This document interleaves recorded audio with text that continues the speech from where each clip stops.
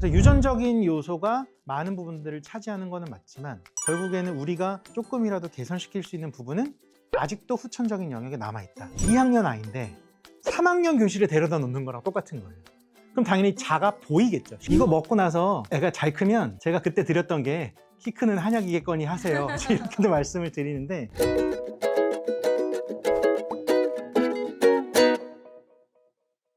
안녕하세요. 2살 딸, 4살 아들 키우고 있는 한의사 엄마 조혜림입니다. 안녕하세요. 초등학교 2학년, 초등학교 5학년 딸 둘 키우고 있는 아빠 한의사 김한빛입니다. 원장님 요새 아이들 잘 크고 있어요? 한 명은 5학년이고 하니까 이제 뭐 공부도 좀 많이 해야 되고 근데 또 운동을 놓을 순 없고 그다음에 2학년에는 아직은 뭐 크게 공부에는 부담은 없는데 이제 언니 따라서 이제 운동 같이 항상 학원을 같이 보내니까 겨울방학 앞두고 있으니까 뭐 이제 시간도 많고 운동도 많이 시켜야 되고 공부도 시켜야 되고 해서 뭐 이런저런 스케줄 짜느라 좀 고민이 많은 요즘입니다. 그럼 운동은 어떤 거 시키시는 거예요? 이제 운동 시키는 목적이 대부분 이제 키잖아요. 그래서 키 크는데 제일 도움이 되는 줄넘기 하고 뭐 인라인도 시키고 있고요. 방학 때는 수영도 보낼 예정이고 얘기하다 보니까 이제 굉장히 학원 뺑뺑이를 돌리는 빡센 엄마 아빠가 된 것 같은데 어쨌든 뭐 그렇게 하고 있어요. 그래도 지금 운동을 많이 해줘야지 체력도 좀 탄탄하게 키울 수 있고 그쵸. 성장에도 도움이 되니까 다른 학원, 공부하는 학원 뺑뺑이 가는 것보다는 운동 학원이 나을 것 같기는 한데요. 근데 정말 줄넘기 하면 키가 많이 크나요? 진료실에서 엄마들이 제일 많이 물어보시는 게 무슨 운동해야 키가 크나요? 그다음에 뭘 먹어야 키가 많이 크나요? 뭐 이제 이런 것들인데 굉장히 클래식한 운동이지만 결국에는 우리가 돌고 돌아 우리 자동차도 보면 튜닝의 끝판왕은 순정이라고 하잖아요. 네. 그러니까 순정에 해당하는 운동이 줄넘기다 이렇게 얘기를 말씀을 드리거든요. 결국은 이제 척추뼈와 다리뼈가 길어져야 이제 키가 크는 건데 가장 기본이 되는 동작은 수직으로 뛰는 거잖아요. 그거 생각해 보면 이제 줄넘기만한 게 없죠. 네, 우리가 이렇게 방학 때는 엄마들이 키 좀 더 크게 해주려고 뭐 잠도 더 일찍 재우고 좋은 것도 많이 챙겨주고 운동도 많이 해주긴 하잖아요. 근데 결국은 키는 유전이 아닌가? 그런 생각을 하시고 또 되게 비관적으로, 절망적으로 생각하시는 분들도 계시거든요.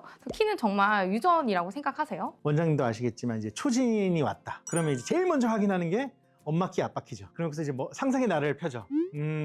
이 집은 이런 고민이 있겠군. 그렇죠? 엄마, 아빠 두 분 다 큰 집, 엄마, 아빠 두 분 다 작으신 집. 그 다음에 아빠는 큰데 엄마는 작은 집. 거꾸로 엄마는 엄청 크신데 아빠가 조금 작은 집. 물론 이제 두 분 다 평균 근처에 있는 집도 있겠지만 이제 그런 경우에 나름의 고민들을 다 갖고 맞아. 계시잖아요. 근데 이제 제일 먼저 우리가 쉽게 숫자를 확인할 수 있는 게 이제 유전적인 키잖아요. 그 유전적인 그 물려받은 키, 그 계산하는 법이 있잖아요. 네. 일단 지금 대한민국 남자 평균 키, 여자 평균 키가 이제 우리는 알고 있잖아요. 네. 이제 보통은 이제 만 18세. 근데 우리는 항상 이제 고3 생일 기준으로 얘기를 하니까 남자 174, 여자 161이에요. 그러니까 13cm가 차이가 나죠. 그래서 어떻게 설명을 저는 드리냐면 딸아이가 왔어요. 여자아이예요. 그러면은 엄마를 100% 닮았다. 엄마 몰빵이에요 하면은 성별이 같으니까 엄마 키겠죠. 그 다음에 아빠를 100% 닮았다. 가정하면 아빠랑은 성별이 다르니까 이 13cm만큼 빼줘야 되는군요. 아빠 키에서 빼야 되죠. 그러면 엄마 키와 아빠에서 13cm 뺀 그 키. 그거의 중간값. 그 다음에 이제 남자아이들 같은 경우에는 아빠를 100% 닮았다라고 가정하면 그냥 아빠 키. 그다음 엄마를 100% 닮았다고 가정하면 엄마에다가 이제는 13을 더해야겠죠. 그 두 수치의 평균값. 그게 이제 소위 말하는 유전 키가 되는 거죠. 뭐 어렸을 때 영유아 검진 가면 소아과에서 알려주는 키, 혹은 좀 커서 뭐 어디 성장 클리닉이나 이런 데 가면 알려주는 키. 이제 그게 이제 이건데 그 엄마 아빠가 물려준 유전적인 키라고 얘기하는 게 어떤 숫자 하나지만 얘가 어디서 왔는지를 생각을 해보면 범위의 평균이잖아요. 그러니까 전 항상 이 범위를 말씀드려요. 예를 들면 유전적으로 물려주신 게 요건데 얘는 한 여기를 향해 가고 있는 것 같아요 라고 얘기하면 이제 벌써 표정이 안 좋아지시죠. 우리 일단 뭐 한약 치료를 하든 뭐 성장 관리를 하든 일단 요 범위 안에 진입시킵시다. 이게 1차 목표가 되는 거고 일단 여기를 지나가야 또 여기를 갈 수 있는 거니까. 그렇죠? 집에서 혹시라도 우리의 남편 키와 내 키를 가지고 유전적인 키를 어떻게 계산하지? 하면 13만 기억하시라고 말씀을 드리고 아까 말씀하신 대로 유전적인 요인이 좀 큰 거는 맞는 것 같고 저는 한 70%에서 80%? 맞아요. 저도 그 정도 생각을 해요. 네. 근데 이제 그러면 우리 애는 틀렸어. 이제 이렇게 절망적인 모습을 보이시는 부모님들도 계시는데 이제 말씀을 드리죠. 그럼 20% 포기하실 거냐고. 사실 그게 결국엔 플러스 마이너스 3cm를 결정짓는 가장 중요한 요인인데 어쨌든 그 남은 20% 30% 정도는 운동, 식사, 수면, 스트레스 이런 것들과 관련이 있기 때문에 그래서 유전적인 요소가 많은 부분들을 차지하는 거는 맞지만 결국에는 우리가 조금이라도 개선시킬 수 있는 부분은 아직도 후천적인 영역에 남아있다. 저는 이렇게 생각하고 그렇게 설명을 드립니다. 맞아요. 그리고 결국 내 아이가 내가 원하는 188이 되지 않았어. 188을 원하세요? 크면 클수록 좋은 거 아니에요? 그래도 네. 내가 다 시간이 다 애를 다 키웠을 때 후회 없는 거. 그리고 아이가 막 잘 안 먹는데 결국 조금 작게 자랐다. 그러면 내가 그때 좀 잘 먹여볼 걸 그랬나? 이런 후회가 남을 수도 있고 아이가 잠을 잘 못 자는 친구였다. 그러면 아이가 잠을 좀 잘 잤으면 더 잘 컸을까? 이런 후회가 생길 수도 있잖아요. 그렇죠. 그리고 이거는 키를 떠나서도 건강에서도 먹고 자고 싸고 이런 것들은 건강을 유지해주는 좋은 요소이기도 하기 때문에 이런 부분을 케어해줘서 내가 나중에 후회가 남지 않고자 하는 거 그것도 저는 저의 성장 치료의 목표이기도 해요. 사실 이제 이 성장 관리, 성장 치료라는 게 치료라는 말이 사실 어떻게 보면 약간 좀 애매하게 들릴 수 있지만 이게 비교 대상이 없잖아요.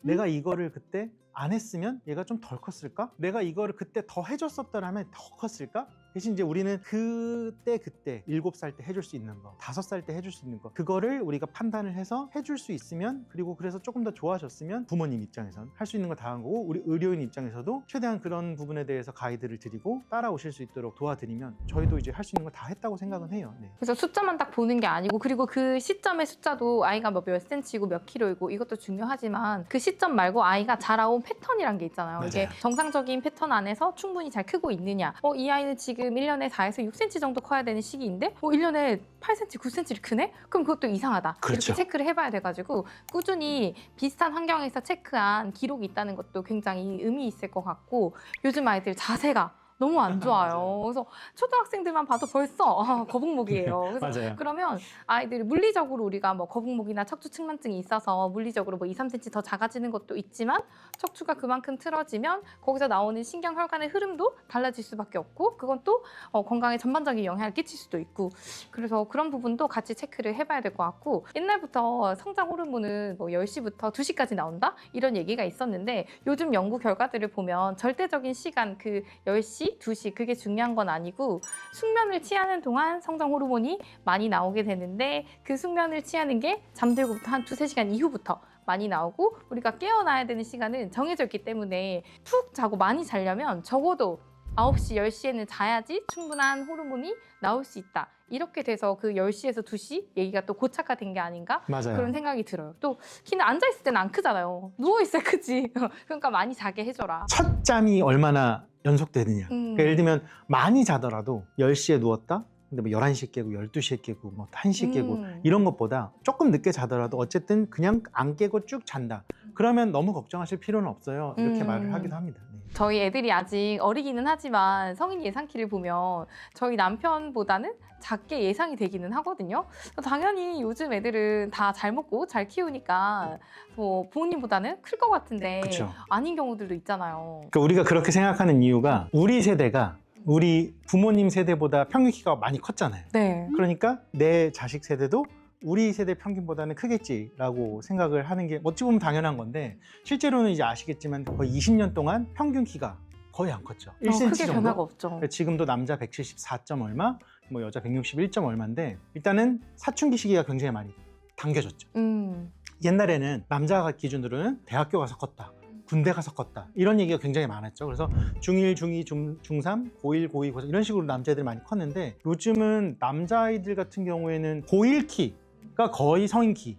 그러니까 이제 중3 때 막 170 넘는 애들이 엄청 많고 하다 보니까 우리 기준에서 보면 중학교 교복을 입고 다니는데 저렇게 크다고? 하면 머릿속에 나중에 더 크겠구나. 고1. 그럼 야 180 다 180 되는 거 아니야? 이렇게 생각을 하시는 건데 사실은 60년대 70년대 못 컸던 이유는 아무래도 영양적인 잘 못 먹고 못 살던 시기니까 이제 영양이 풍부해지고 못 먹어서 못 크는 시대는 이제 아니잖아요. 그러니까 어떻게 보면 인종적인 한계에 도착한 게 이제 174와 161 정도로 보는 거라서 꼭 설명을 드립니다.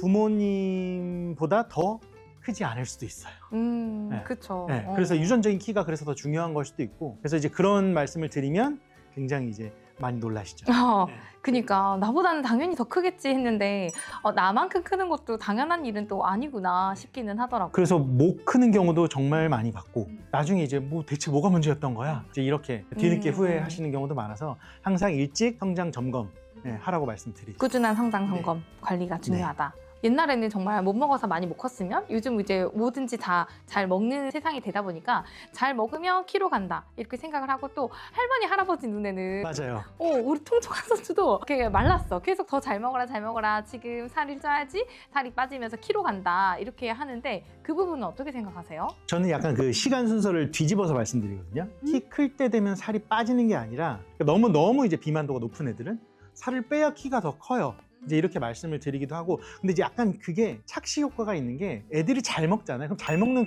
기간에는 당연히 잘 크기는 해요. 근데 이제 이게 어떤 밸런스가 깨지는 순간 갑자기 단기간에 결국 이제 단기간이 문제인 건데 단기간에 왜 쪘을지를 생각해 보면 식습관이 좋지는 않았겠죠. 그냥 삼시세끼 외에도 늦게 간식. 그런데 그런 집을 보면 항상 부모님들의 식습관에도 문제가 있죠. 같이 먹죠. 같이 먹고 치킨 시켜 먹고 피자 시켜 먹고 그런 것들도 물론 이제 관리는 해야겠지만 어쨌든 잘 먹어서 체중이 느는 것만이 성장의 능사는 아니다라고 말씀을 드리고 이미 비만한 아이들 같은 경우에는 얘 무조건 일정 정도는 감량을 해야 키로 갈 거예요. 빠진다고 키가 크는 게 아니라 빼기 위해서 했던 노력들이 있을 거잖아요. 그 노력들이 결국은 키를 키워주는 거죠. 우리가 살 빼려면 뭐 해야 돼요? 운동해야 되잖아요. 운동하고, 그렇죠. 야식 간식 안 줄이고 먹고. 굶는다고 해서 키가 크는 건 아니니까 먹는 거는 조절하되 운동도 하고 그런 노력이 동반되어야 키가 큰다 이렇게 말씀을 드리죠. 비만이 성조숙, 조기 사춘기 이런 걸 유발해가지고 키를 또 방해하는 요소가 되기도 하니까 적정 체중을 유지하는 게 중요하겠네요. 맞습니다. 요즘은 어머님들이 뼈나이 검사라는 것도 굉장히 많이 하시기는 하거든요. 또 특히나 여자친구들 같은 경우는 성조숙에 대한 걱정 이런 것도 있다 보니까 초등학교 들어갈 무렵 되면 이제 뼈나이가 한번 확인해보고 싶다 이런 말씀들을 하시거든요. 근데 뼈나이라는 게 뭔가요? 자기 나이 예를 들면 몇 년 몇 월생이다 하면 몇 세 몇 개월 이게 있잖아요. 그걸 우리가 보통 역연령이라고 하죠. 근데 이제 골연령 말 그대로 뼈 나이인데 그거는 이제 우리가 보통 손목을 엑스레이를 찍어서 거기를 이제 판독을 하죠. 예를 들면 우리 아이가 7세 2개월이다. 근데 뼈 나이를 체크를 해봤더니 8세 2개월이다. 그러면 1년을 더 먹은 거잖아요. 그렇죠. 1년이 빠르다고 표현하겠네요. 그렇죠. 그래서 예를 들면 2017년 1월생인데 뼈 나이가 1년 빠르다. 그러면 얘는 2016년 1월생과 같은 선상에 놓고 키를 평가를 해야 되는 거죠. 2학년 아이인데 3학년 교실에 데려다 놓는 거랑 똑같은 거예요. 그럼 당연히 작아 보이겠죠. 실제로 작은지는 모르겠지만 작아 보이니까 그러면은 보정을 하면 얘의 정확한 어떤 성장 관점에서의 키가 평가가 되는 거죠. 이렇게 말씀하신 것처럼 초등학교 입학할 때쯤 특히 여자아이들은 많이 하고 그거를 가지고 너무 빠르거나 혹은 너무 느리거나 자기 나이에서 너무 많이 벗어나 있으면 필요한 경우에는 뭐 혈액 검사를 한다거나 이런 식으로 진료를 보기도 하죠. 그래서 약간은 요즘은 때 되면 그냥 한 번씩은 해보는 건강검진처럼 예, 그렇게 된 것 같아요. 뭐 해보는 것도 저는 나쁘지 않다고 생각해요. 네. 부모님이 물려주신 유전적인 범위 안에서 건강하게 성장하고 있거나 다른 성장에 어떤 이상 징후가 보이지 않으면 굳이 할 필요는 없지만 꼭 해봐야 되는 그런 경우들도 있을 것 같거든요. 그렇죠. 누가 봐도 저 집에는 이상한데? 이런 경우죠. 그게 뭐냐면 엄마 아빠가 너무 작은데 애가 엄청 커요. 누가 봐도 이상하잖아요. 대신 엄마 아빠는 흐뭇하죠. 그래. 너라도. 너라도. 혹은 내가 그렇게 우유를 하루에 1리터씩 먹였는데 약간 이런 느낌. 근데 저희가 보기에는 이거 너무 오버페이스인데? 맞아요. 하잖아요. 그러면 한번 찍어보세요. 거꾸로 엄마 아빠는 막 너무 크고 근데 애가 100명 중에 하위 10% 이러면 누가 봐도 이상하잖아요. 근데 의외로 그런 집들은 있어요. 엄마 아빠가 또 태평하신 경우도 많아요. 왜냐면 내가 크니까 걱정을 안 해. 그것도 그렇고 제가 늦게 컸어요. 아. 뭐 이제 이런 패턴. 엄마 아빠의 성장 패턴을 너무 믿는 경우. 우리가 소위 얘기하는 유전적인 키와 얘가 크고 있는 패턴이 갭이 너무 차이가 나는 경우에는 저는 진료실에서 권해드리죠. 한번 확인은 해보자. 아니면 다행인데 혹시라도 하면 빨리 알아채니까 필요한 조치들을 취할 수 있으니까 이렇게 말씀을 드리죠. 키가 절대적인 키가 너무 작은 친구들 있잖아요. 영유아 검진 가면 계속 뭐 2등, 3등 맞아요. 이렇게 한 자릿수 나오면서 특히나 그 3등 이하인 경우에는 우리가 정말 호르몬에 문제가 있다거나 그럴 수도 있으니까 그거는 친구들이 뭐 뼈나이 검사도 하고 호르몬 검사도 하면서 몸에 다른 이상은 없는지 한번 체크는 해보는 게 좋겠어요. 맞아요. 네, 뼈나이도 너무 일찍 찍으면 안 되기는 하더라고요. 이게 사람이 하는 판독이다 보니까 이제 아시겠지만 그림 맞추기잖아요. 네. 그래서 이건가? 저건가 하는 경우도 있고 판독자마다도 좀 오차가 있을 수 있고 너무 어리면 또 정확하지 않고 크게 의미가 없어서 제가 생각해도 그래도 만 5, 6세 이상은 됐을 때 찍어보는 게 의미가 있다 이런 생각이 드네요. 너무 작아가지고 대학병원에 의뢰를 해보면 성장 호르몬이 부족하다, 그래서 성장 호르몬을 투여해야 된다 이런 경우들도 있기는 하거든요. 예를 들면 혈액 검사를 해봤는데 우리가 성장 호르몬의 어떤 그 참고치가 있잖아요. 보통 이제 범위죠. 어떤 숫자가 아니라 여기서 요 정도는 요 연령대에는 나와줘야 된다. 얘를 검사를 해봤더니 딱 여기다. 그러면 사실 오히려 더 편하죠. 그쵸. 낮은데 뭐가 좋다는 거야? 그러니까 낮으니까 좋은 거예요. 왜냐하면 이게 낮아버리면 질환이 되니까. 말 그대로 질병의 범주 안에 들어가 버리면 이제 보험 적용도 되고, 그런 아이들은 성장 호르몬 주사 치료를 하면 쭉 올라가죠. 그 해결책이 있는 거잖아요. 그쵸. 해결책이 있는 친구. 대부분 99%는 정상 범위지만 좀 낫네요. 뭐 이런 거. 그럼 이제 어떤 식이냐면 이제 어떤 그 공이 부모에게로 넘어온 거죠. 어떻게 하실래요? 말 그대로 우리 성형수술 하듯이 어떤 미용의 측면, 비급여의 영역으로 넘어오게 되는 거니까 그때부터 진짜 부모님의 판단인데, 요즘 뉴스도 많이 나오고 하지만 뭐 성장 호르몬 치료하는 어떤 그 건수가 옛날에 비해서 너무 많이 엄청 늘어났고 많아졌죠. 굉장히 공격적으로 하고 있고, 그런 마케팅적인 그런 것도 있고 우려스럽다. 이런. 그다음에 이제 모든 치료는 부작용이 있을 수 있잖아요. 특히나 이제 호르몬 같은 경우는 굉장히 민감한 부분인데 성장기 아이들에게 인위적으로 주사를 한다는 거에 대해서 거부감을 느끼시는 부모님들도 있고, 실제로 해봤는데 뭐 부작용이 있었다는 사례도 있어서 사실은 굉장히 신중하게 접근을 해야 된다라고 저는 진료실에서 말씀을 드리고, 그리고 그런 결정을 내리시더라도 꼭 2곳 이상 복수의 의료기관에서 소견을 들어보시라. 왜냐하면 아시겠지만 병원마다 진료 스타일도 다르고 똑같은 데이터를 보고 내리는 결론도 다를 수 있거든요. 그래서 판단, 결정은 부모님이 하시지만 여러 의견을 들어보세요 라고 말씀을 드리죠. 근데 이제 필요한 경우라면 정말로 참고치보다 낫다 그러면은 하는 게 좋죠. 사춘기 때는 많이 크잖아요.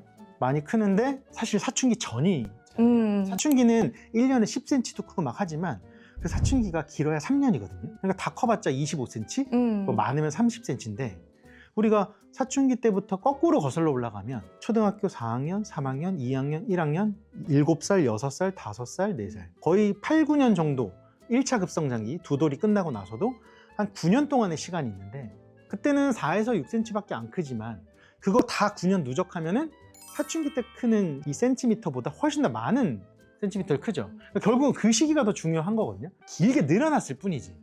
그래서 그 시기에 할 수 있는 어떤 성장을 도와줄 수 있는 여러 가지 생활 습관 교정 혹은 뭐 운동, 뭐 식사 이런 것들, 사실 그게 어떻게 보면 더 중요하죠. 그래서 저는 사춘기 때 뭘 해주면 될까요? 지금부터, 지금 이 나이에 얘한테 맞는 것들을 해주시는 게 훨씬 더 소위 말하는 가성비가 좋아요 라고 말씀드리죠. 네. 사춘기가 확실히 많이 크는 시기이기는 하지만 그래도 사춘기는 아이의 그 인생에서 굉장히 짧은 시기이고 그 이전부터 있는 누적된 시간이 훨씬 더 길고 중요하기 때문에 아주 어렸을 때부터라도 우리가 기초적인 것부터 잘 관리를 해자 이렇게 생각하면 되겠네요.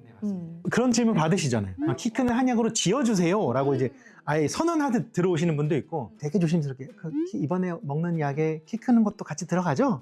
이러시는 부모님들도 있고, 그럼 뭐라고 대답하세요? 굉장히 어려운 문제. 맞아요. 이것도 또 생각하시는 관점마다 한의사분들마다 또 다르시기도 할 것 같은데, 일부 특정 약재들이 키 크는 성장에 국한해가지고 뭐 효과가 있다 이런 특허를 받은 것들도 있기는 하지만, 저는 키 크는 한약이라는 게 어떤 단일 약재가 정해져 있는 건 아니고 이 아이에 맞게 일단 기본적인 문제 계속 반복됐지만 먹고 자고 싸고 삼병칠해 요거 개선해주고, 아이들이 가진 체질적인 특성이 다르잖아요. 그래서 어떤 친구들은 열이 너무 많은 것이 조금 과하다 생각이 들 때도 있고, 아니면 어떤 친구들은 비기가 너무 허약하다, 신장기미 너무 허약하다 이런 부족한 부분들이 있을 수 있으니까 과한 부분은 우리가 덜어주는 거, 그리고 부족한 부분은 채워주는 거, 그런 게 곧 또 성장 한약, 키 크는 한약이지 않을까? 저는 그렇게 생각해요.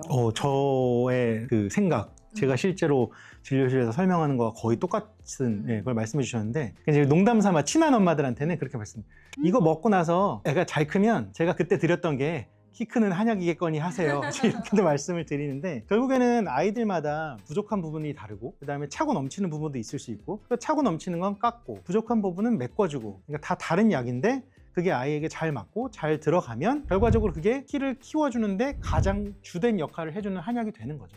그래서 사실 어떻게 보면 넓은 의미로 보면 키 크는 한약 누구에게나 있는 거죠. 근데 키 크는 정해진 처방이 있냐라고 얘기하면 거기에 대한 대답은 노가 되는 거고. 네, 그런 것 같아요. 이 방학 되면 어머님들이 특히나 그 성장 관련해가지고 문의가 많으시거든요. 방학이 성장에 있어서 골든타임인 이유가 따로 있을까요? 우리 때는 여름방학과 겨울방학이 길이가 약간 비슷했거든요. 맞아요. 왜냐면 봄방학이라는 게 따로 있기 때문에 한 2월 초에 개학을 해서 한 일주일 학교 가다가 한 2주 또 쉬는. 근데 요즘은 이제 그렇지가 않잖아요. 초등학교 쭉 쉬죠. 네, 초등학교 기준으로는 여름방학은 뭐 거의 한 4주, 네, 겨울방학은 거의 8주. 2달 내내 이제 이런 식인데 여름보다는 확실히 제가 느끼기에 겨울방학인 것 같아요. 왜냐하면 그 얘기 뒤집어서 얘기하면 겨울방학을 아무것도 안 하면 성장에 별로 좋을 게 없다. 이렇게 해석할 수 있는 건데 그 이유는 뭐냐면 아시겠지만 밖에 뭘 나가서 놀 수가 없어요. 춥잖아요. 집에만 있어요. 학원, 집, 학원, 집. 그죠? 놀아도 예를 들면 어린애들 뭐 키즈 카페 아니면 뭐 실내에 있는 무슨 놀이공원 요 정도. 근데 어디 박물관이나 다니고 뭐지 이런 체험하러 이런 거라서 뭔가 막 뛰어놀 기회가 없으니까 그거 일단 불안하고 그 다음에 사람도 동물인지라 겨울이 되면 이게 체지방을 축적하려는 어떤 그런 기전이 발동하죠. 그래서 애들이 살찌기가 좋아요. 활동량은 없어. 맨날 집에서 막 귤만 4-5개씩 까먹어. 근데 이제 엄마 입장에서 키로 가겠네?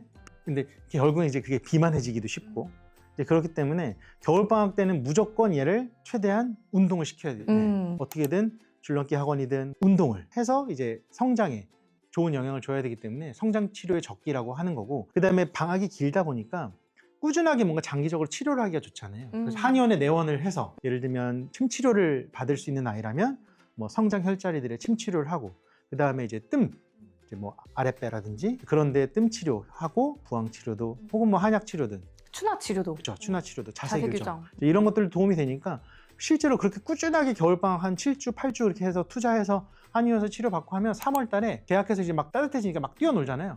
3, 4, 5, 6 팔로우업을 해보면 이렇게 올라가요. 그러니까 겨울방학 동안에 막 올라간다기보다 그거를 잘 만들어 놓으면 그 효과가 이제 봄에 나타나요.